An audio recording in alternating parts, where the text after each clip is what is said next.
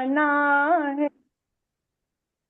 मत इतराओ मन भाव रे, के एक दिन सब मिट जाना है।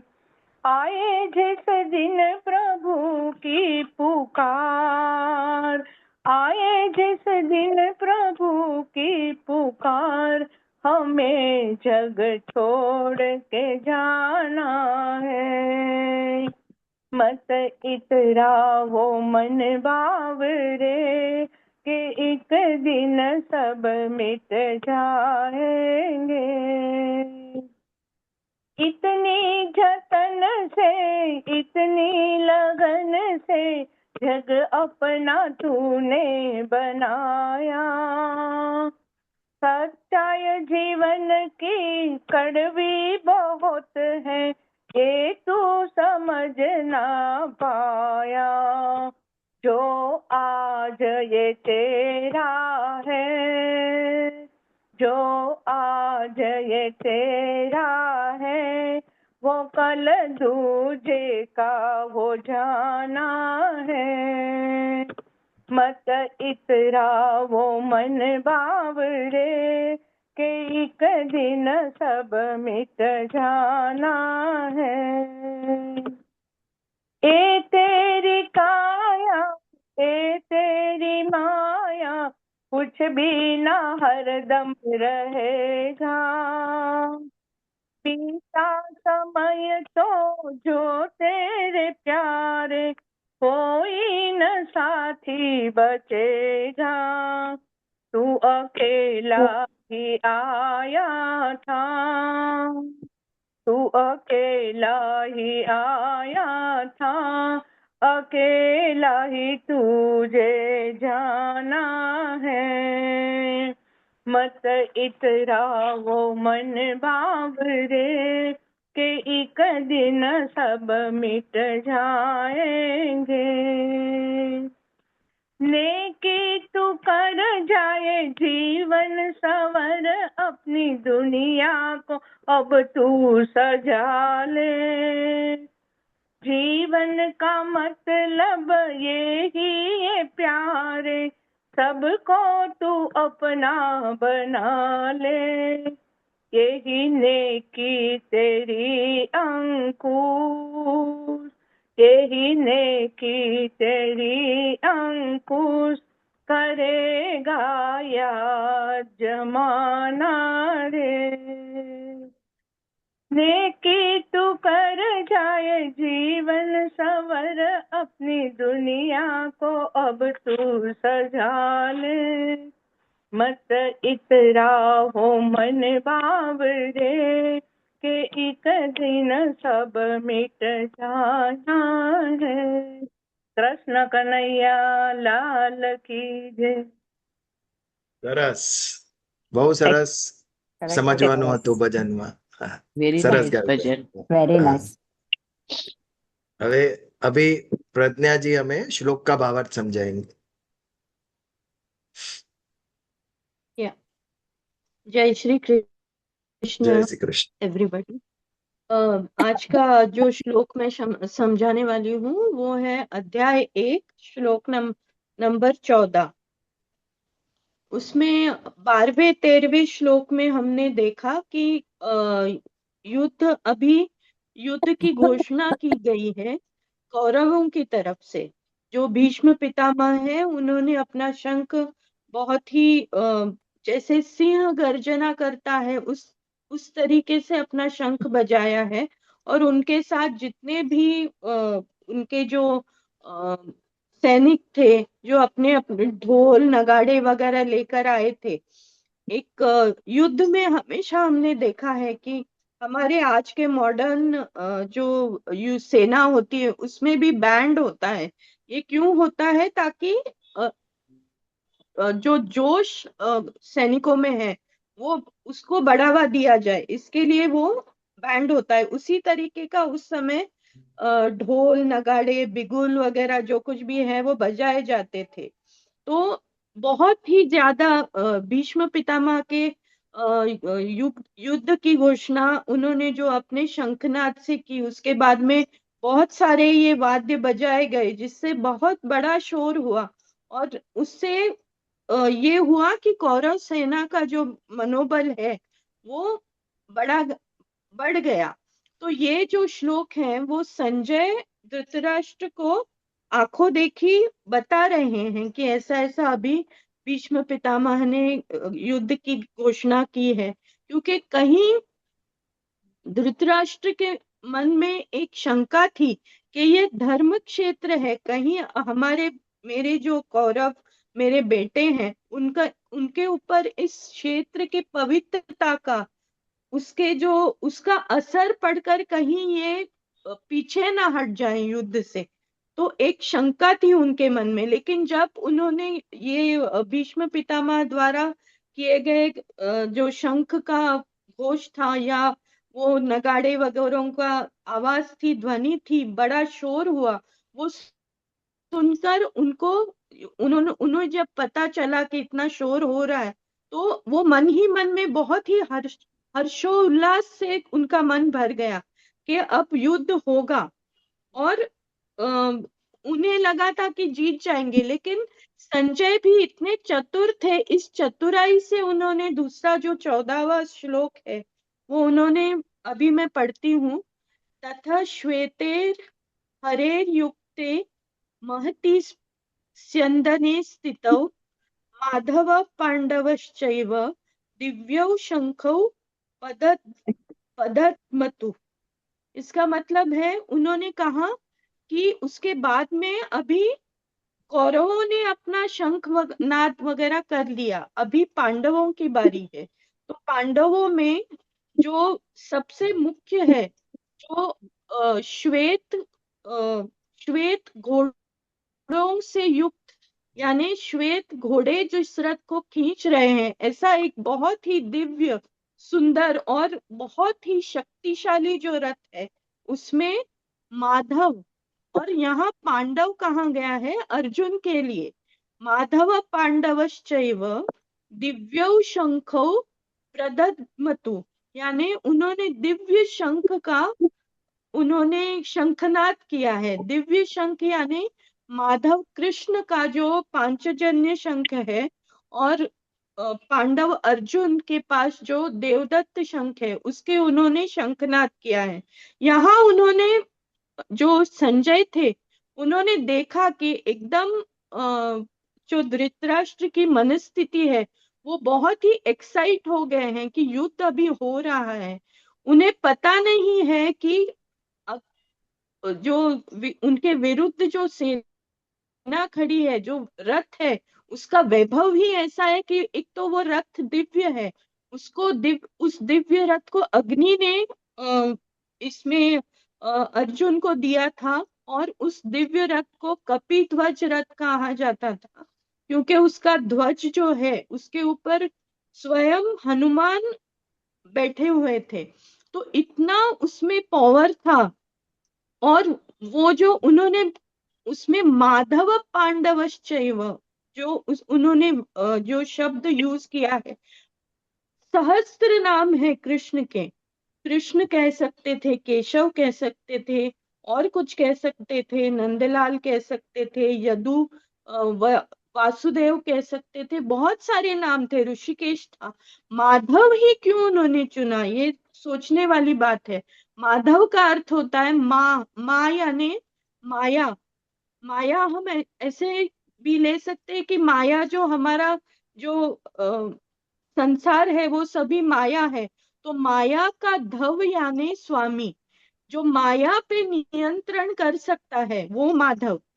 उसमें कितनी ताकत होगी जो पूरे माया में माया का नियंत्रण कर सकता है। और दूसरे माया यानी धन वैभव, उसको भी माया कहा जाता है। तो श्री श्री जो है लक्ष्मी का रूप है, धन लक्ष्मीपति, यहाँ पर माधव को लक्ष्मीपति भी कहा गया है, इसके लिए वो शब्द यूज किया गया है माधव। तो जहां पर माधव यानी लक्ष्मी के जो स्वामी है जहां पर आएंगे वहां लक्ष्मी खुद ही चली आएगी। वो तो विरुद्ध दिशा में जाने वाली किसी भी इन एनी केस वो वहां पर नहीं जाएगी। विरुद्ध दिशा में, यानी कौरवों के दिशा में। जो लक्ष्मी जिस बात का प्रतीक है, यानी ऐश्वर्य, यश, विजय, समृद्धि, इस सब का प्रतीक होने वाली लक्ष्मी जो है, वो भी माधव के साथ उस रथ पे आरूढ़ है। तो उससे क्या होता है कि एक तरह का वो संजय जो है वो एक बहुत सटल तरीके से धृतराष्ट्र को हिंट दे रहे हैं कि बहुत खुश नहीं होइएगा महाराज, क्योंकि ये जो पांडव सेना है, उन्होंने जो गर्जना की है अभी, जो शंखनाद किया है, वो माधव द्वारा किया गया है, जो श्री के स्वामी है। और जहां श्री के स्वामी है, वहां श्री यानी विजय तो होनी ही है। तो आप बहुत खुश नहीं होइएगा। और दूसरी बात है, दिव्य शंखों द्वारा ध्वनि किया गया, नाद किया गया है। दिव्य शंख यानी कि जो अ, गुणों से, जो भौतिक जो गुण होते हैं, जो इस भौतिक संसार को विकृति प्रदान कर रहे हैं, जैसे सत्व रजतम, इन सारे गुणों से ऊपर परे जो है वो दिव्यता जो है, वो उन शंखों में थी, पांचजन्य शंखों में और देवदत्त शंखों में। तो इस वजह से ये जो उनका जो दिव्यत्व है, वो भी पांडवों के साथ में है। तो ये एक सटल हिंट था जो संजय ने धृतराष्ट्र को दिया। धृतराष्ट्र उसमें से कितना समझे ये हमें नहीं पता, क्योंकि वो उतने उनके पास न वो दिव्य दृष्टि थी, न वो समझ थी कि ये समझने की कि जिस पलड़े में भगवान ही खुद बैठे हैं, वो पलड़ा तो हमेशा भारी ही होना है। जय श्री कृष्ण। अच्छा समझाया प्रज्ञा जी, वेरी नाइस। तो आरंभ करते हैं 10वें अध्याय विभूति योग का। लेकिन सत्संग का आरंभ करने से पहले हम कहते हैं वसुधैव कुटुंबकम, यानी सारी वसुधा, सारी पृथ्वी को हम एक कुटुंब मानते हैं। तो आज हमारे साथ 3 लोग नए जुड़े हैं, तो उनका थोड़ा परिचय, हम उनका स्वागत करें। उनका परिचय अगर वो है तो दे देते हैं हम। संजय भाई Thakkar, are you there? Yes, I am here. I am here. Sanjay भाई ज्वाइंड अस फ्रॉम पूना, तो संजय भाई का स्वागत है। और नमस्कार। हाँ, और एक ठक्कर भाई है, संदीप भाई ठक्कर। संदीप भाई आर यू देयर? शायद नहीं है। और मीनाबेन पटेल, वो हमारे मिनल बेन गांधी के रिलेटिव्स है, और उन्होंने उनको ऐड करवाया है। तो अगर वो आ जाए तो फिर हम उनसे बात कर लेंगे। सभी का स्वागत है वसुधैव कुटुंबकम। तो विभूति योग 10वें अध्याय पर हम विचार कर रहे हैं। विभूति यानी विशिष्ट भूत। सारा विश्व में जो उत्पन्न हुआ है, खास करके जिसमें जीवात्मा है, जिसमें प्राण है, उसे भूत कहा गया है। और उसमें भी जहां पर विशिष्टता दिखाई देती है, विलक्षणता दिखाई देती है, उसे ईश्वर का अंश समझना चाहिए। सामान्य भाषा में हम कहते हैं गॉड गिफ्ट। किसी के अंदर कुछ भी खूबी रही, अच्छे लक्षण रहे, तो वी से God gift. Yes, it is God gift. जो अन्य किसी में नहीं और उनमें है, वो 100% हमें ईश्वर का आशीर्वाद समझना चाहिए। यहां पर उसे भगवान विभूति कहते हैं, ये विशेष भूत है।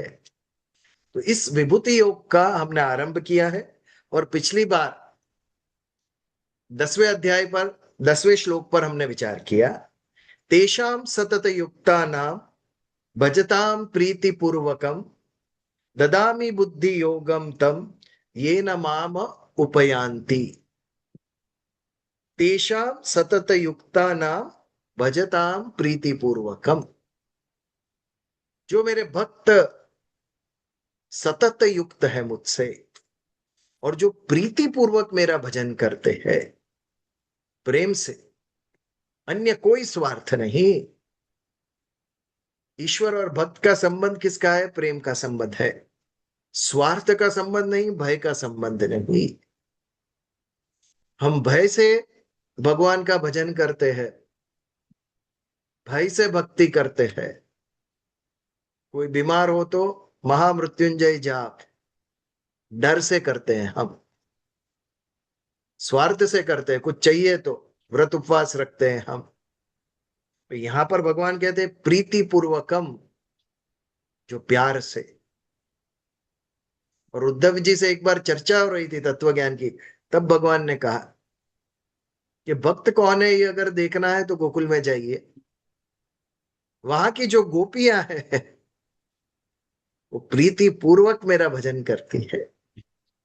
जो बड़े बड़े सन्यासी, ऋषि, ज्ञानी, महात्मा नहीं तोड़ सके थे अपने परिवार से अपनापन, परिवार का बंधन, वो गोपियों ने तोड़कर मेरे साथ एक रूप हो गई थी। मुझसे ज्यादा उसके जीवन में कुछ नहीं था, अपना परिवार भी नहीं। तो ये अनन्य भक्ति गोपियों की, सतत युक्ता नाम प्रीति पूर्वकम, जो भगवान का भजन करते हैं वो। ददामी बुद्धि योगम तम, उसको फिर कोई साधना उपासना की जरूरत नहीं है। ज्ञानी को जन्म के जन्म देने पड़ते हैं सिद्धि प्राप्त करने के लिए। पिछली बार हमने अंतरंग चतुष्टय के विषय में बात की। श्रवण, मनन, निधिध्यास और तत्व पदार्थ दर्शन। श्रवण करेंगे पहले, फिर मनन, फिर मनन से जो सत्य प्रकट हुआ उसको पकड़ लेंगे, निधिध्यास, उसके ऊपर जीना शुरू करेंगे हम।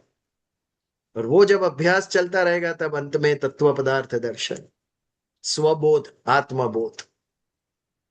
तो ये जो परम भक्त है उनको ये ज्ञान मार्ग से जाने की आवश्यकता नहीं, ना ही कर्म मार्ग से जाने की आवश्यकता, ना ही कोई साधना करने की आवश्यकता। जिसे कुछ नहीं चाहिए उसे मैं स्वयं बुद्धि योग प्रदान करता हूं। ददामी यानी देना, बुद्धि योग यानी ज्ञान, परम ज्ञान। और जब परम ज्ञान प्रकट होता है तो वो कर्म में परिवर्तित होता है। आप देखिए हमारे यहाँ संत, ऋषि, महात्मा, जब ज्ञान हुआ तो लेकर घर में नहीं बैठ गए, वो सभी को बांटने के लिए निकल गए वो लोग। जब सिद्धार्थ, गौतम बुद्ध, उनको त्रिकाल ज्ञान हुआ, एनलाइटनमेंट, उसके बाद उनके जीवन में केवल कर्म ही कर्म दिखता है। गांव गांव, गली गली घूमकर उस ज्ञान को बांटा उन्होंने, क्योंकि ज्ञान ये समझ है। जब हमारे अंदर सही समझ आएगी तो हमारे सभी मानसिक कष्ट दूर हो जाएंगे। क्योंकि मेजॉरिटी जो मानसिक दुख है वो हमारी रॉन्ग अंडरस्टैंडिंग से आता है, हमारा रॉन्ग रिएक्शन से आता है, हमारे रॉन्ग एक्सपेक्टेशन से आता है। यदि हम अन्य से कुछ अपेक्षा करेंगे तो दुख ही आएगा। क्यों करे वो जो हमें चाहिए? वो सबसे बड़ी बात है ना। वो भी एक व्यक्ति है, उसकी भी एक सोच है, उसकी भी इच्छाएं हैं, उसका भी एक अहम है। वाई डू वी एक्सपेक्ट कि हम जो कहते हैं वो करें? यहां से दुखों का आरंभ होता है। आप भी एक जीव हो, मैं भी एक जीव हूं। आप आपकी तरीके से रहिए, मैं मेरे तरीके से। Live and let live. हम बुलाते हैं दुख को, आ, काफी दिनों से मैं दुखी नहीं हूं, सुखी हूं, आजा।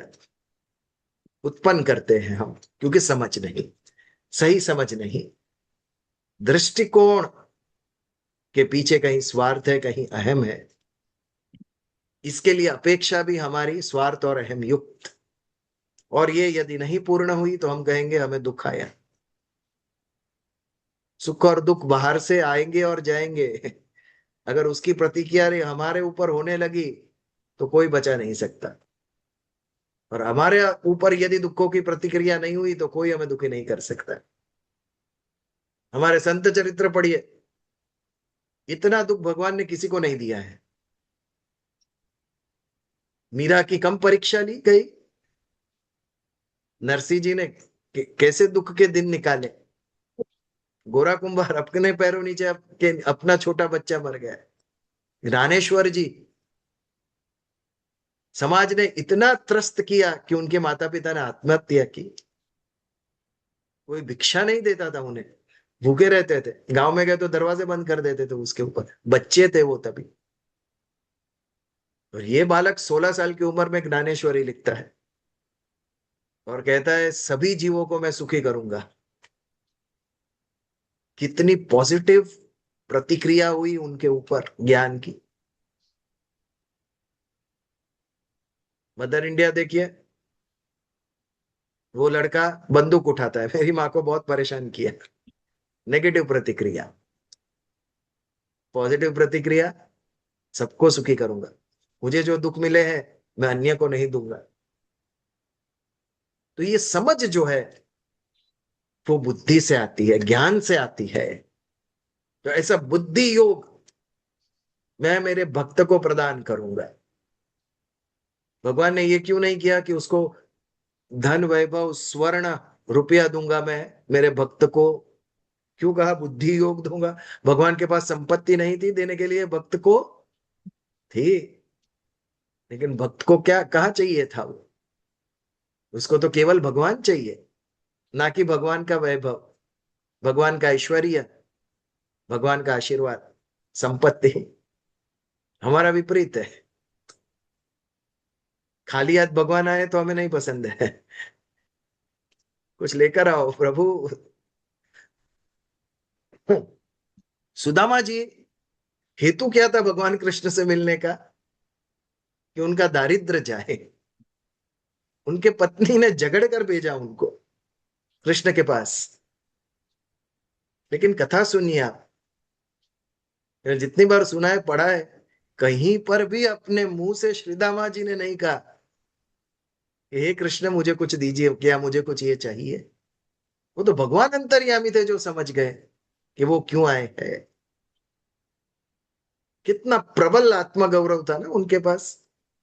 पहनने को कपड़ा नहीं, खाने को कुछ है नहीं घर में, फिर भी आत्मगौरव, सेल्फ एस्टीम, मैं मांगूंगा नहीं। अपने मित्र से कैसे मांगूंगा?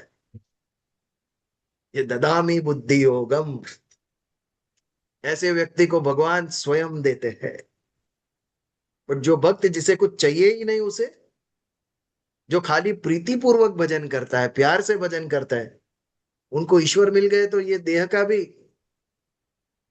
मदगत प्राणा, आगे के श्लोक में ही हमने देखा कि जिसने अपने प्राण भी मुझे समर्पित कर दिए, अर्थात धर्म के मार्ग पर, यदि मेरे प्राण गए तो उसकी भी परवाह नहीं मुझे, ये मदगत प्राण।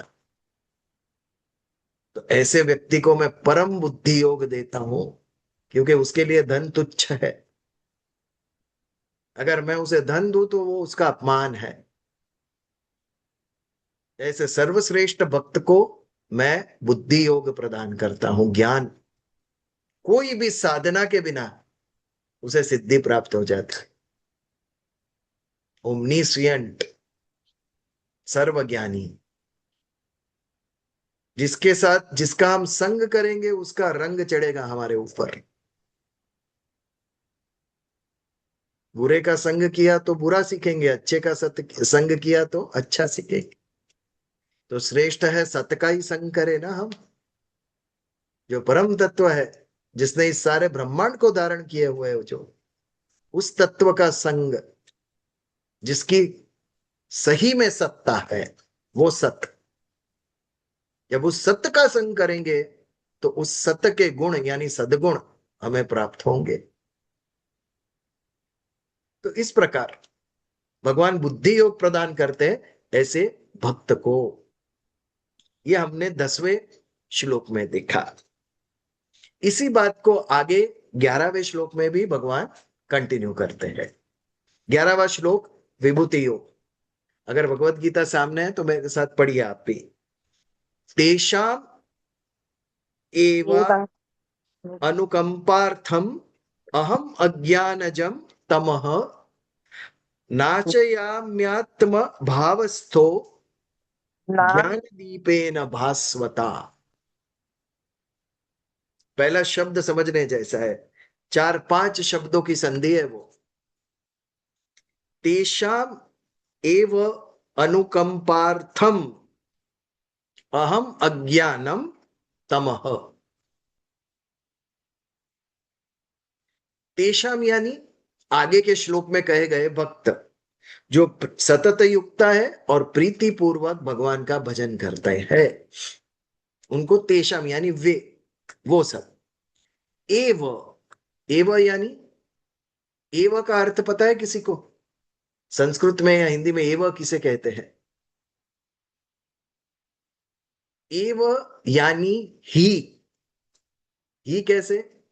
सत्यमेव जयते, सत्यम एव जयते, सत्यमेव जयते यानी सत्य की ही जीत होती है। ये जो सत्य की ही जीत, ये ही है यानी एव, सत्य की ही जीत होगी यानी सत्यमेव, सत्यमेव जयते। इसी प्रकार यहां तेषा एव यानी उनको ही, अन्य किसी को नहीं, उनको ही। किसको? आगे के श्लोक में जो अभी हमने देखा, सतत युक्त भजताम प्रीति पूर्वकम, इनको ही अनुकंपार्थ, अनुकंपा यानी प्रेम, दया, करुणा, अहम अज्ञानजम तमह, अनुकंपा से, करुणा से, दया से, प्रेम से भगवान क्या देते हैं उनको? अज्ञानजम तमह, तमह यानी अंधकार, जो अज्ञान से उत्पन्न होता है, जो अंधकार से अज्ञान उत्पन्न होता है, उस तमह, तमस, तमस यानी अंधकार, तमस तमह पर से आया, उस तमह का विनाश करने के लिए, उस अज्ञान रूपी अंधकार का विनाश करने के लिए अनुकंपा पूर्वक मैं ही ऐसे भक्तों को क्या देता हूं? तमस कैसे जाएगी, अंधकार कैसे जाएगा, अज्ञान कैसे जाएगा? अंधकार को भगाना है तो क्या करना पड़ेगा? अज्ञान को भगाना है तो क्या करना पड़ेगा? ज्ञान अर्जित करना पड़ेगा। ज्ञान अर्जित करना पड़ेगा अज्ञान को, यानी अंधकार को दूर करने के लिए ज्ञान का प्रकाश, अज्ञान रूपी अंधकार को दूर करने के लिए हमें ज्ञान का प्रकाश करना पड़ेगा। नाशया म्यात्म भावस्थो ज्ञान दीपेन भास्वता। नाशयात्म्या, मैं नाश करता हूं। क्या नाश करता हूं? ज्ञान दीपेन भास्वता, उस अंधकार रूपी अज्ञान का मैं नाश करता हूं। कैसे नाश करता हूं? ज्ञान दीपेन भास्वत, भास्वत यानी दैदीप्यमान, प्रज्वलित, ज्ञान दीप,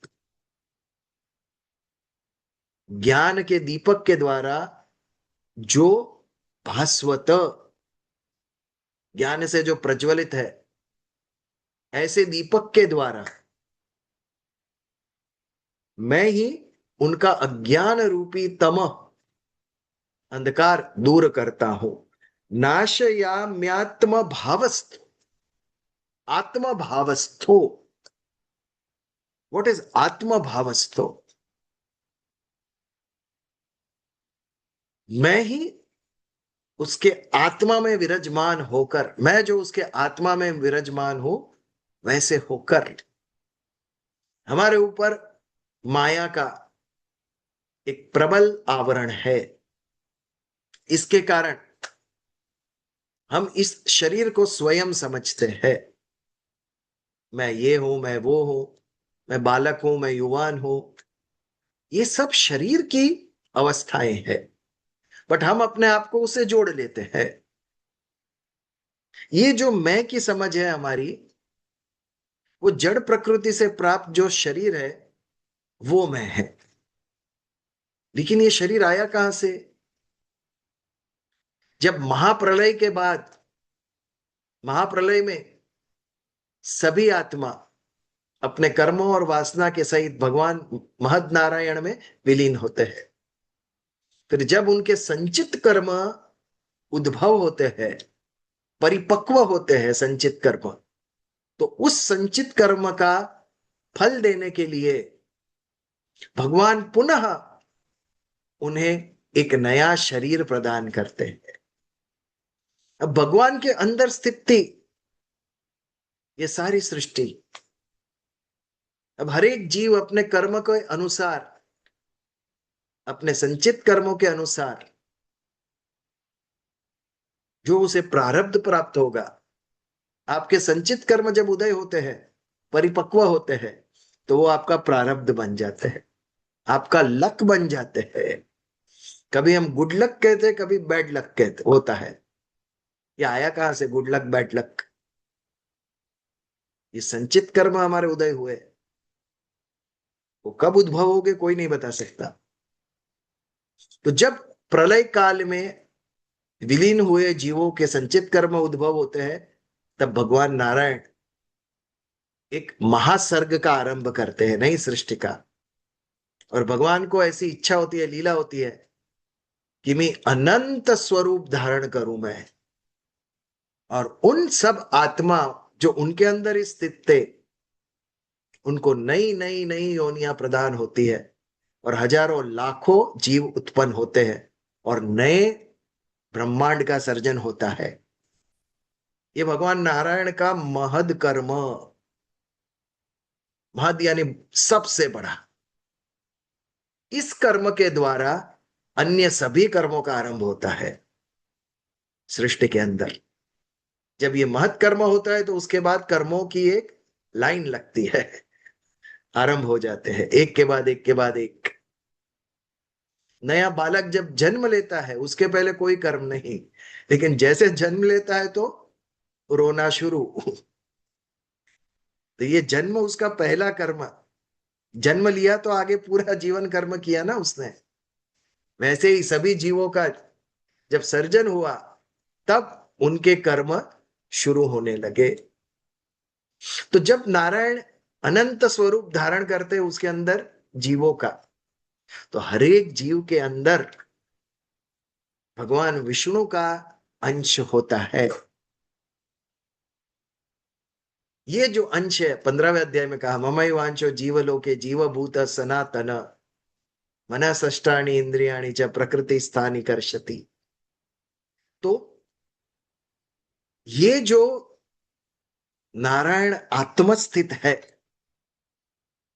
एक पुरुष और एक प्रकृति, पुरुष यानी आत्मा, दो तत्व है हमारे अंदर, एक आत्म तत्व और प्रकृति से प्राप्त शरीर। हम शरीर को स्वयं समझ बैठे, लेकिन जो वो चैतन्य स्वरूप भगवान हमारे अंदर बैठे हैं, आत्म तत्व के अंदर जो भगवान नारायण जो उनका ही अंश है, वो उसे आत्म भावस्थो, आत्मा के अंदर मैं स्थित हूं। हर एक जीव के आत्मा के अंदर मैं स्थित हूं। और ये जो आत्मज्ञान जिसे हम कहते हैं, वो आत्मज्ञान ज्ञान दीपेन भास्वता, वो जब आत्मज्ञान होता है तो ये लौकिक सृष्टि का समग्र ज्ञान नाश हो जाता है उसके आगे। इसे विपरीत देखो, हमारे बड़े बड़े साइंटिस्ट, पीएचडी, कितने ज्ञानी लोग हैं, कितनी खोज की है उन्होंने, कहां कहां अंतरिक्ष में पहुंच गए, अणु से अणु को भी ढूंढ निकाला है उन्होंने।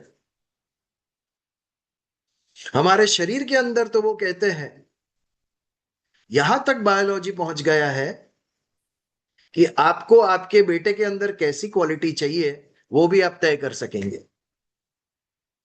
मेरे को मेरा लड़का 6 फुट का चाहिए, एथलेटिक चाहिए, आईज उसकी ब्लू होनी चाहिए। You can make to order babies, यहां तक पहुंच गया है विज्ञान। परंतु ये सब प्राकृत ज्ञान, प्राकृत यानी प्रकृति का ज्ञान। साइंटिस्ट भले कुछ भी खोज ले, अभी एक दूर का 650 लाइट ईयर्स दूर है हमारे से, ऐसे एक तारा स्टार को ढूंढ निकाला 650 लाइट ईयर, अर्थात उस तारे के प्रकाश को पृथ्वी पर आने के लिए 650 वर्ष लगेंगे। और ये स्टार जो है, तारा जो है, उसकी साइज कितनी है मालूम है? उसके अंदर मिलियंस, लाखों, बिलियंस हमारे सूर्य आ जाए उतना बड़ा है वो। अनुमान लगाइए ब्रह्मांड कितना बड़ा है, हम कुछ भी नहीं है उसके साथ। किसका हम लेकर फिरते हैं, मैं ये मैं वो, कुछ नहीं है तू इस सृष्टि के आगे।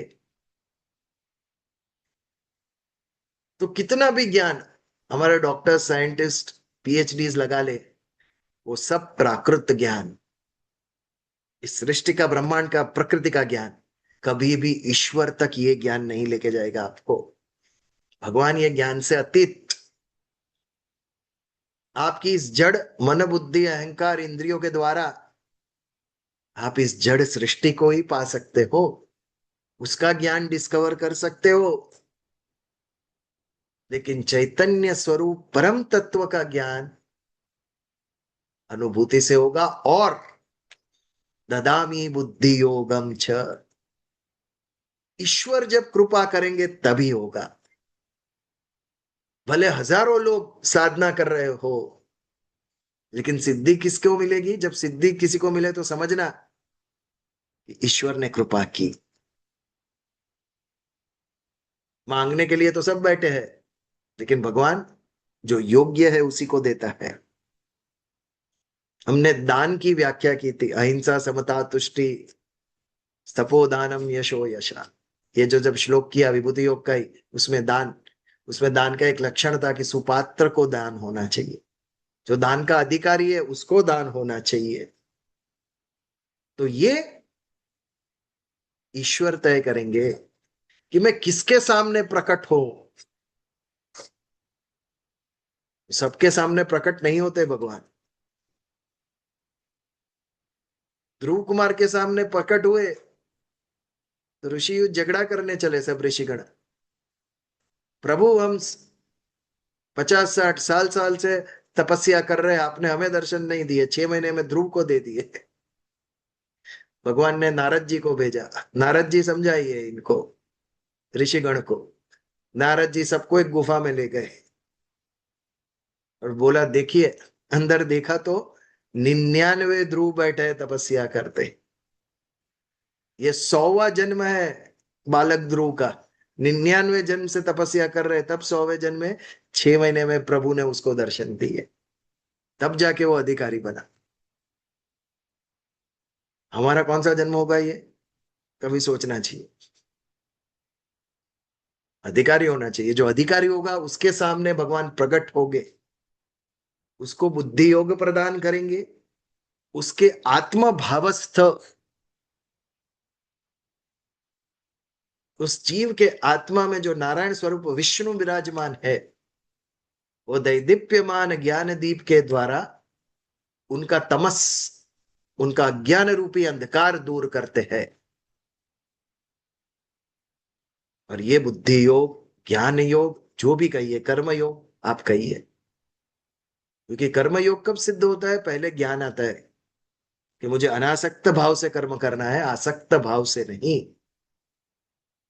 ये पहले ज्ञान योग होता है, फिर वो कर्म योग में परिवर्तित होता है।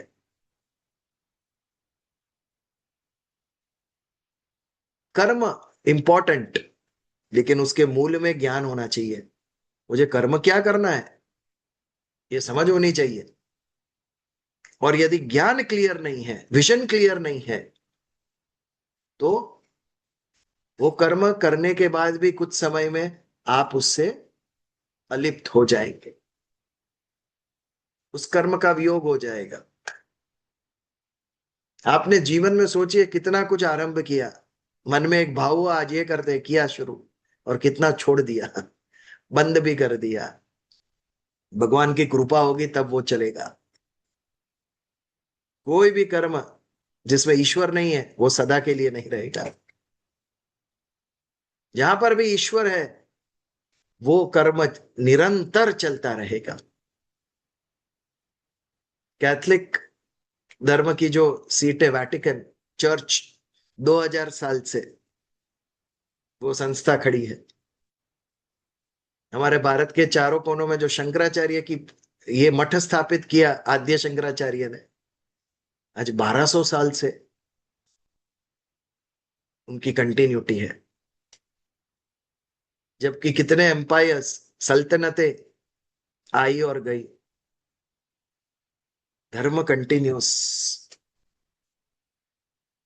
क्योंकि धर्म में ईश्वर है। यहां पर ईश्वर है, वो कंटिन्यूटी देते हैं। हमारे सत्संग को ये 10वां साल चल रहा है, ऑनलाइन को 5वां, बाकी प्रत्यक्ष सत्संग को 10th ईयर है। 10 साल छोटी अवधि नहीं है ये। कितने लोग इंपॉर्टेंट नहीं है, 10 साल से इतने लोग कंटिन्यूसली जुड़े हुए हैं, ये बड़ी बात है। आप क्लब्स में देखिए, इतनी कंटिन्यूटी नहीं है। हम जाते हैं, मेंबर बनते, निकल जाते हैं वहां से। तो जब ईश तत्व जहां पर है, वो सनातन शाश्वत हो जाता है, क्योंकि यहां पर वहां पर ज्ञान होता है, वहां पर अहम विलीन हुआ होता है।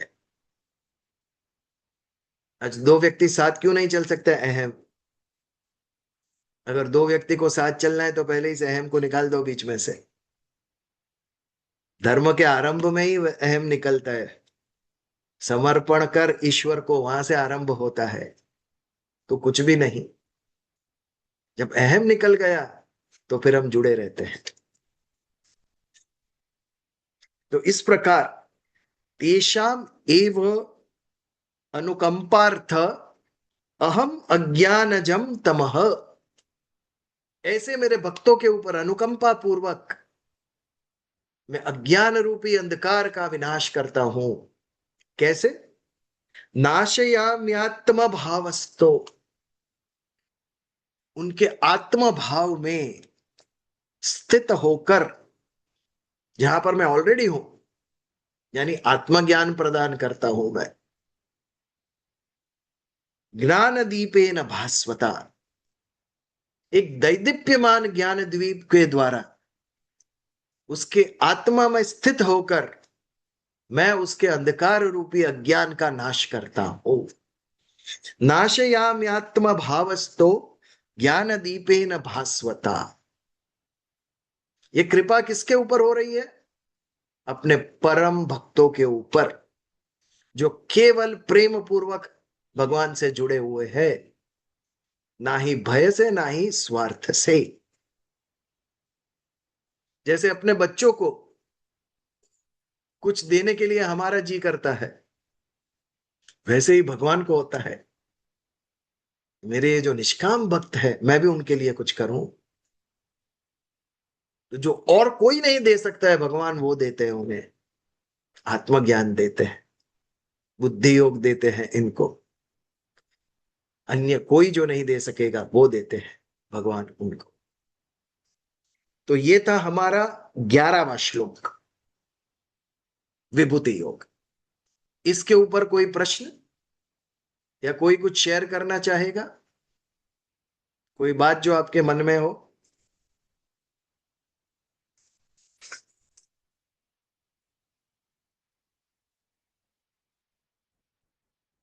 चलो, तो फिर आज नए श्लोक का प्रारंभ नहीं कर सकेंगे, 2-3 मिनट ही बचे हैं। अगर किसी को कुछ करना कहना है तो मोस्ट वेलकम,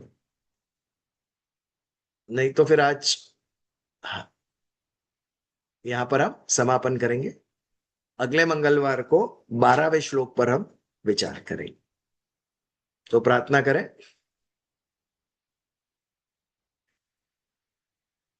ओम शन्नो मित्रः शन्वरुणः शन्नो भवत्यर्यमा शन्नो इंद्र बृहस्पति शन्नो विष्णुरुक्रमा।